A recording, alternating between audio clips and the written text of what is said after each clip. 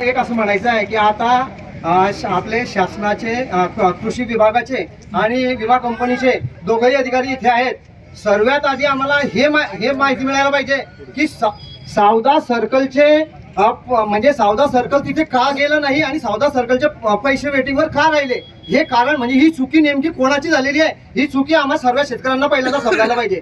9 circle मधले सावदा मंडळ का वगळलं गेलं आणि सावदा मंडळाचे पैसे लेट का झाले आणि ही चुकी कोणाची, ही चुकी पहिल्यांदा आम्हाला समजायला पाहिजे, जेणेकरून भविष्यामध्ये पुन्हा ही अशी चुकी होणार नाही. आणि ही चुकी जी झालेली आहे, ज्याच्या मार्फत झालेली आहे, त्याला याचा काहीतरी भुर्दंड भेटलाच पाहिजे, त्याच्यावरती कारवाई ही झालीच पाहिजे. ही आमची सर्व शेतकऱ्यांची पहिली मागणी आहे. आणि याच्यानंतर जर शेतकऱ्यांवर अन्याय होत असेल, सर्व मंडळाचे पैसे मिळतात आणि एक सावदा मंडळ त्यातून वगळलं जातं, म्हणजे नेमका हा काय प्रकार आहे, यातून आमच्या शेतकऱ्यांना अडवणूक का केली जाते, याचं उत्तर आम्हाला विमा कंपनीकडनं आणि कृषी अधिकाऱ्यांकडनं यांच्याकडनं आम्हाला मिळायला पाहिजे. आपल्या सावदा महसूल मंडळाचे सुद्धा क्लेम कॅल्क्युलेशन झालेले आहे. सर्व प्रोसेस पूर्ण झालेली आहे. बट आपली जी रिमेनिंग सबसिडी बाकी आहे 37 करोड रुपये, त्या सबसिडीमुळे आपले पेमेंट थकलेले आहे. सावदा महसूल मंडळ आणि पारोळा तालुका.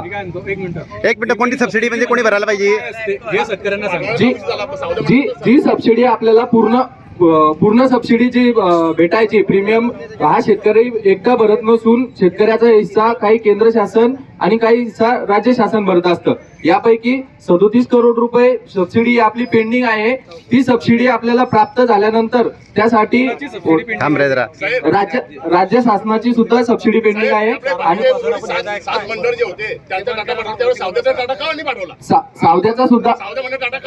सावद्याचा सुद्धा पाठवलेला आहे. सोबत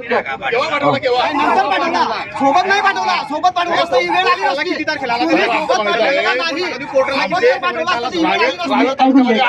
तुम्ही पाठवला मग हे लेट एकच का लेट झाला?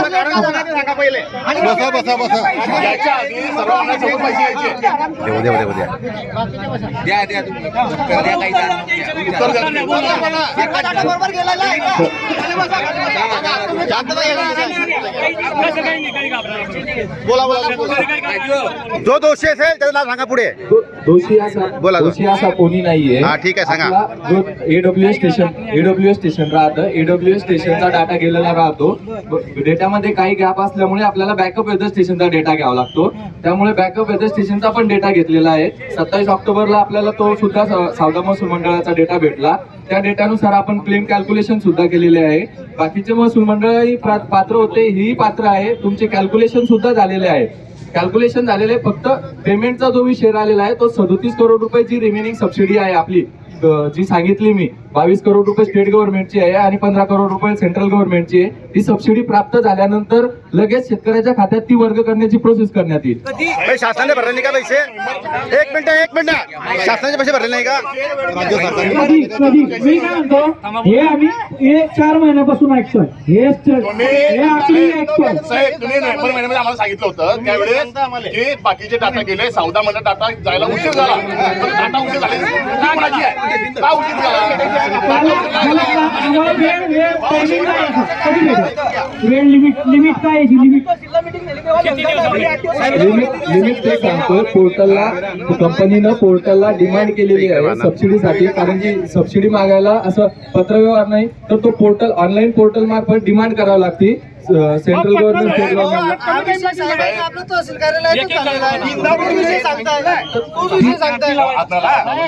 पोलीस विमा प्रतिनिधीला हात लावा तरी आपण शेतकरी, आपण शिस्तीत आंदोलन करणार आहे. सगळ्यांना प्रश्न विचारायचा हक्क आहे सगळ्यांना.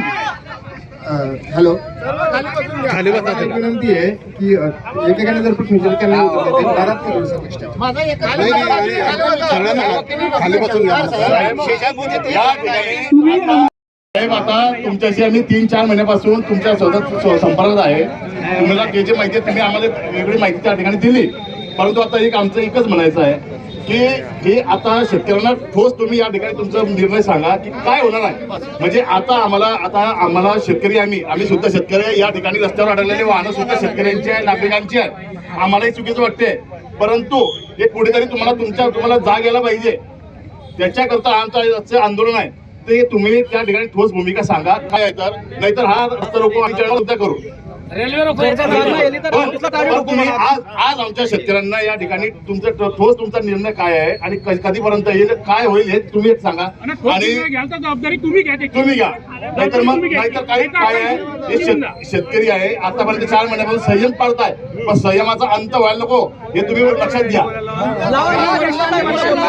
आणि सर्वांना आधी सांगतो, कुणी उठायचं नाही जोपर्यंत तहसीलदार साहेब इथं येणार नाही.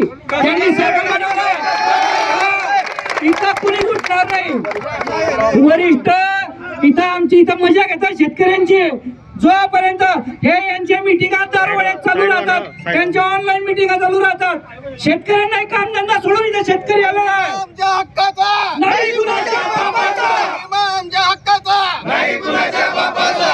अरे सरकार हमसे डरती है, पुलिस को आगे करती है. सरकार हमसे डरती है, पुलिस को आगे करती है. सरकार हमसे डरती है, पुलिस को आगे करती है.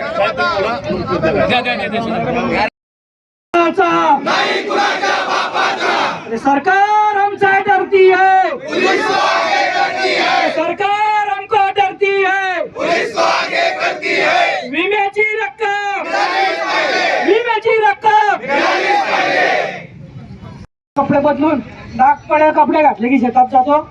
आम्ही खाळाचे शेतकरी आहे आणि हजारो कोटी रुपये शासनाचे लुटून बाहेर देशात चालले गेलेले. अरे या शासनाने एवढ्याशा कोटी रुपयांनी 15, 20, 30 कोटींनी काही होत नाही. हे एक सरकार रखडलेलं आहे, याचे पैसे त्वरित पडले पाहिजे अशी मी सर्वांना विनंती करतो. माझे साहेब, मी तुम्हाला हा विषय सांगितलेला आहे मागे की केवायसी जे झालेले 2500 लोकांची जे नुकसान भरपाई आहे त्याचे पैसे हातपाव का पडत नाहीये.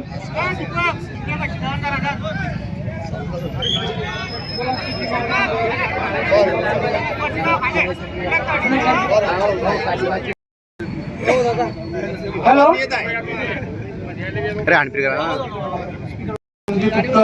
आपल्या सर्व शेतकऱ्यांशी संबोधित करत आहे. क्रांतिकारी शेतकरी संघटनेचे संस्थापक अध्यक्ष यांची मोठी चळवळ शेतकऱ्यांसाठी सुरू आहे.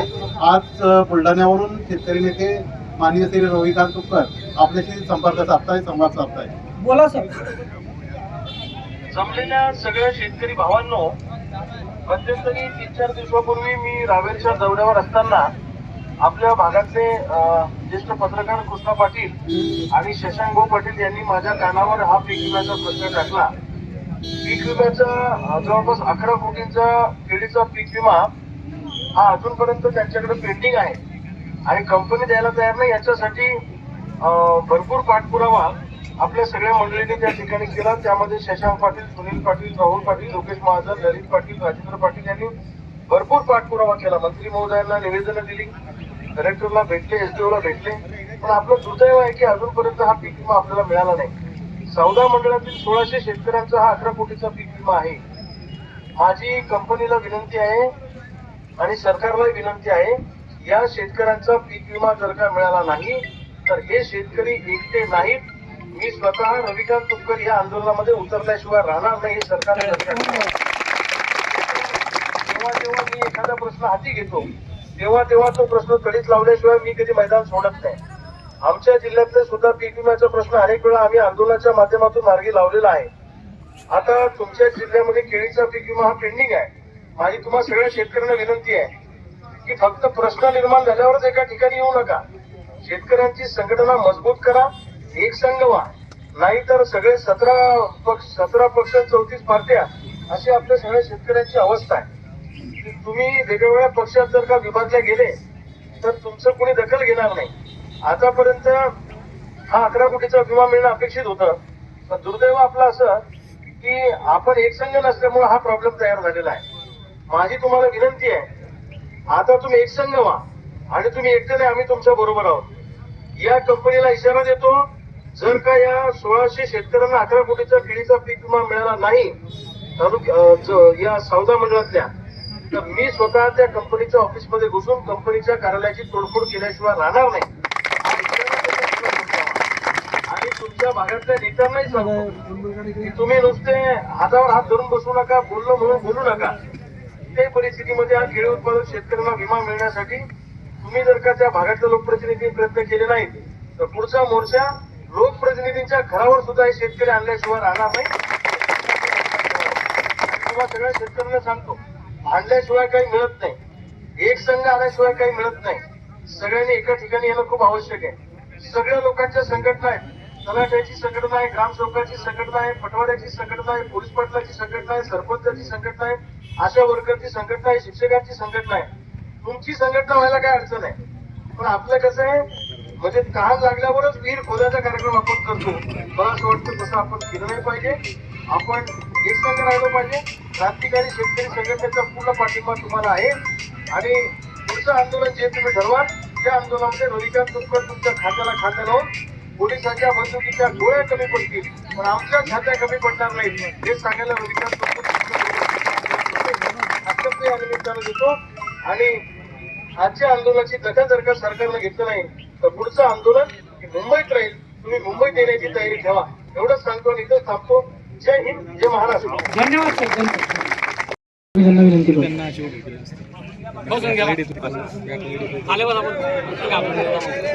बसून घ्या खाली.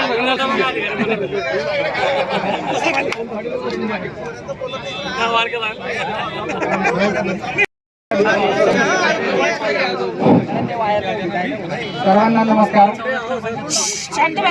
सावदा मंडळाचा जो विम्याचा प्रश्न उपस्थित झालेला आहे तर प्रशासनाने सर्व म्हणजे डाटा देण्याचं काम किंवा जे इतर कामकाज आहे ते प्रशासनामार्फत योग्य वेळेत झालेलं आहे.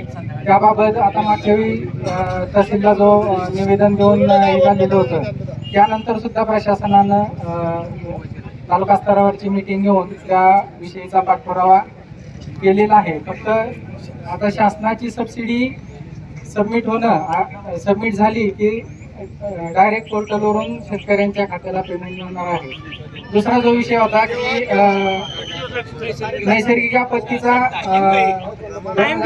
एप्रिल मेचा तो सुद्धा डाटा आपण शासनाला दिलेला आहे. त्याचं सुद्धा अनुदान जमा झालं की ती डायरेक्ट आपल्या अकाउंटला पैसे पडणार आहे तो लेट का झाला? शासनाचा जो हप्ता भरायला पाहिजे शासनाने शासन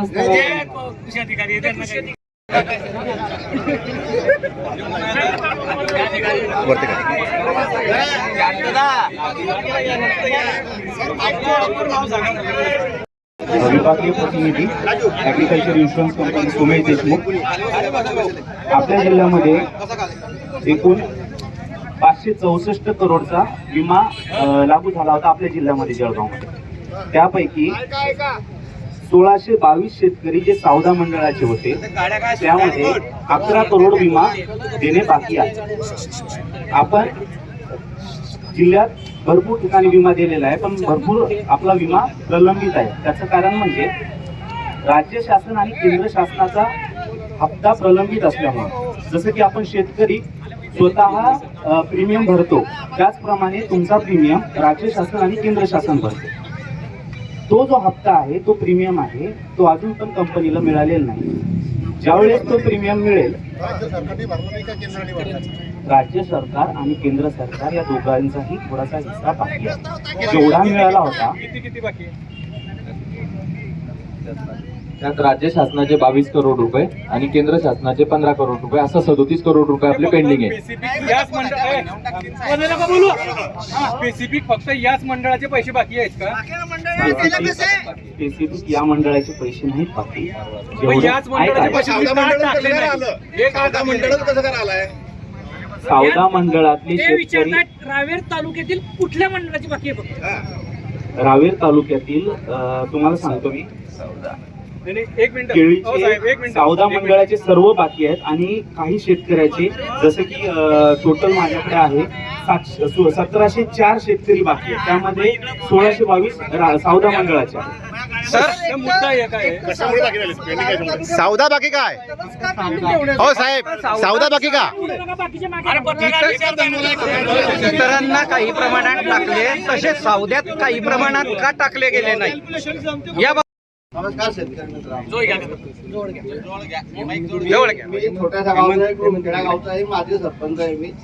माझं असं म्हणायचं आहे, शासनाने जे विमा दिला तो देताना ते असं मंडळ वाईज देतात का तालुक्याला देतात का जिल्ह्याला देतात का राज्याला देतात?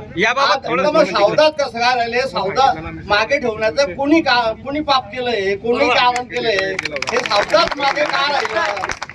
ते देताना तर असं सौदा फैजपूर भुसावळ असं लिहून देत नसतील ना शासन, तर मग हे पाप कोणी केलं? त्यांना स्पेसिफिक असा प्रश्न आहे की रावेर तालुक्यामध्ये 9 मंडळ आहे, 8 मंडळांची पैसे भेटले, सौदा जे कसं मागे का आहे? हा सांगा सांगा. पैसे देताना ते असं मंडळ वाईज देतात. अहो साहेब, 14 मंडळ बाकी का? याचं एक उत्तर द्या फक्त. आपलं मंडळ बाकी आहे, आपलं मंडळ वगळल्या गेलं नाही फक्त. हा सांगा. प्रश्न मला समजलाय, सगळ्या जिल्ह्यात पैसे मिळाले, 14 मंडळात काय? उत्तर देतो. नाही बरोबर आहे. ज्यावेळेस AWS चा आपण डेटा घेतो ऑटोमॅटिक वेदर स्टेशनचा, त्यामध्ये बॅकअप वेदर स्टेशनचा डेटा आपण मागितला होता. कारण काही दिवस इथं एका दिवसाचा गॅप असल्यामुळं जे आपल्याला ते कव्हर करायचं होतं त्याच्यासाठी बॅकअप वेदर स्टेशनचा डेटा मागितला होता. तो डेटा आपल्याला 27 ऑक्टोबरला 14 मंडळाचा प्राप्त झाला होता. आलं लक्षात? त्याच्यामुळं हे म्हणजे जेवढं काय आपल्याकडे प्रीमियम होतं राज्य शासनाने दिलेलं, केंद्र शासनानं आणि शेतकऱ्याचं, ते आपल्याला मिळालं म्हणजे सगळं होतं, परंतु केंद्र शासन आणि राज्य शासनाचा काही प्रीमियम बाकी होता. त्याच कारणात 22 शेतकरी प्रलंबित राहिले.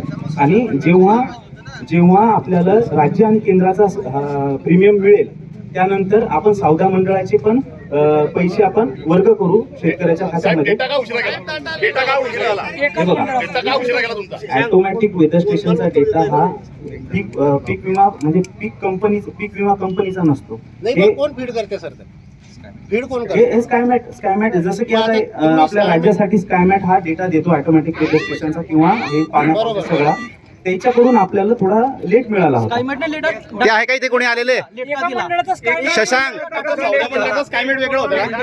मी अगोदरच सांगितलं वेगळं नव्हतं, एका दिवसाचा गॅप होता त्यामध्ये, नाही आम्हाला वगळण्यात नाही यावं म्हणून 4 महिने उशिरा पैसे देता का तुम्ही? नाही सर, एका दिवसाच्या तुमच्या चुकीमुळे, तुमच्या कंपनीच्या चुकीमुळे, डाटाच्या कंपनीच्या चुकीमुळे तुम्ही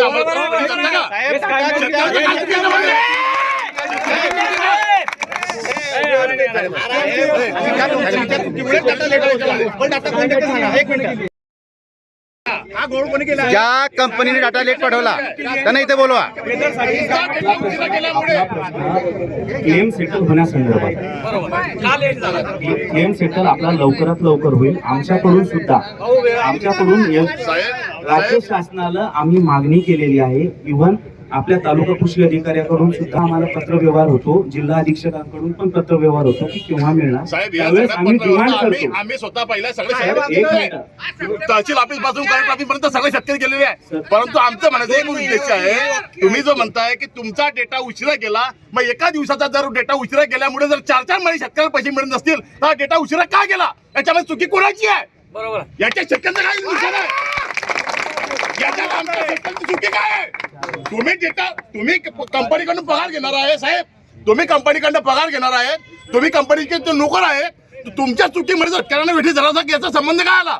तुमचा एका दिवसात तुम्ही म्हणता एका दिवस डेटा उशिरा गेला, एक दिवस डेटा जर उशिरा गेला तर 4 महिने पेमेंट कसं काढायला? मग एका दिवसाला तुमचा डेटा उशिरा काय गेला साहेब? एका दिवशी डेटा उशिरा तुम्ही सांगता आता, तुम्ही सांगितलं आता, तुम्ही सांगताय ना टेम्परेचर हे 5 दिवस आपलं टेम्परेचर सलग आम्ही आहे. सांगतो ऐकून घ्या, तुमचं ऐकून घ्या साहेब. महसूलचे अधिकारी असतील, साहेब तुम्ही लक्षात घ्या, पीक विमा कंपनी असेल, महसूल असेल, कृषी विभाग असेल किंवा कलेक्टर साहेबांचे अधिकारी असतील, सगळे वेगळे उत्तर देत आहे. मला प्रत्येकाचं अधिकाऱ्यांचं वेगळं उत्तर येते. तुमच्या सुमागात नाही त्याच्यात, तुमच्या याच्यामध्ये तुम्हाला तुमच्या अधिकाऱ्यांना माहिती नाही की नेमकं काय चुकी आहे आणि तुम्ही आमच्या शेतकऱ्यांना वेठी धरताय. मी काय म्हटलं, सत्य आम्हाला समजलं पाहिजे. एक दिवस अगोदर डेटा गेला असं नाही. तुम्ही सांगितलं 1-2 उशिरा गेला म्हणून. एक दिवसाचा डेटा उशिरा गेला असं नाही बोललो मी. काय बोलला मग तुम्ही? एक दिवसाचा उशिरा गेला, काय शेतकऱ्यांसमोर बोलली की नाही? दिवसाचा गॅप होता. त्यामुळे तुमचा डेटा लेट गेला म्हणून पैसे लेट झाले. 4 महिन्यापासून 8 दिवस चालू आहे. तुम्ही ऐका 5 दिवसाचं टेम्परेचर असते तर 1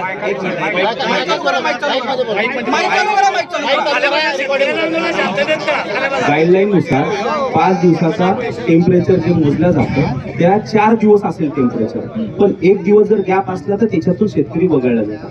त्यावेळेस आपण काय केलं, बॅक डेट मध्ये बॅकअप डेटा मागवला होता, म्हणजे बाजूच्या वेदर ही वेळ का आली हे उत्तर तुम्ही बरोबर दिलं. आता एक मिनिट, यांनी काय केलं, सौदा मंडळाचा डेटा न देता बाजूचा जे एअर डिस्टन्स जवळ असतं, ज्या एअर डिस्टन्स जवळ तुम्हाला जिथनं पडतं सावद्यावरून, जसं खिरोदा किंवा खिरडी, तर तुम्हाला खिरोदा जवळ पडल्यानंतर तुम्ही तो डेटा खिरोद्याचा दिला ना, एअर डिस्टन्स खिरोद्याचा दिला का, खिरडीचा घेतला, मग खिरडीला तर 85 खिरोद्याचा आहे. तुम्ही जेवढं जाल खोल जाल तेवढं मी तुमचं खोल नाही, कारण खिरोद्याला 85,000 पैसे मिळाले. डिस्टन्स खिरोदा जवळ पडते माझ्या माहितीनुसार. पण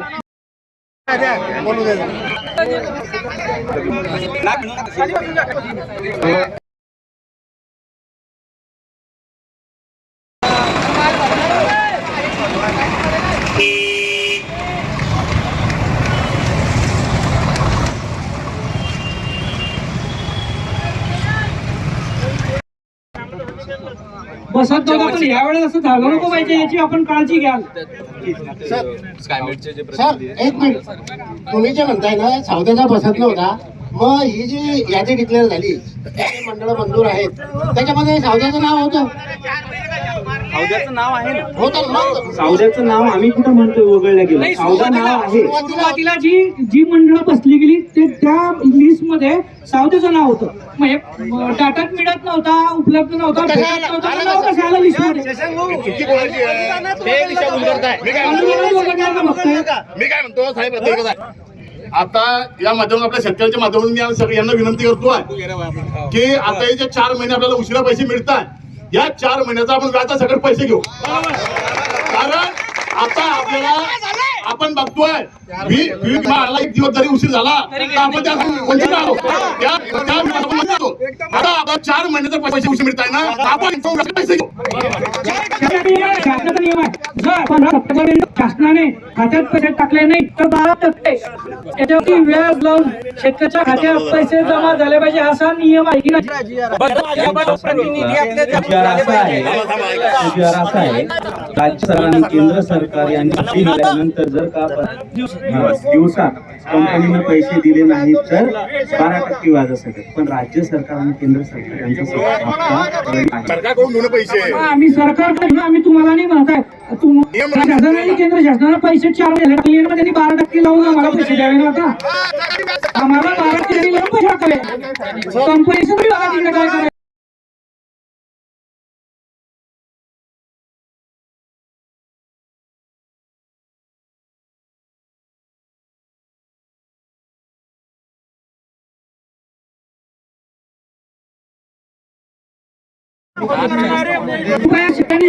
फक्त त्यांच्या शेतकऱ्यांनी बाजूला अँब्युलन्स जागा, बाकी कुठे शिकणार नाही. शेतकऱ्यांना विनंती, अँब्युलन्स साठी जागा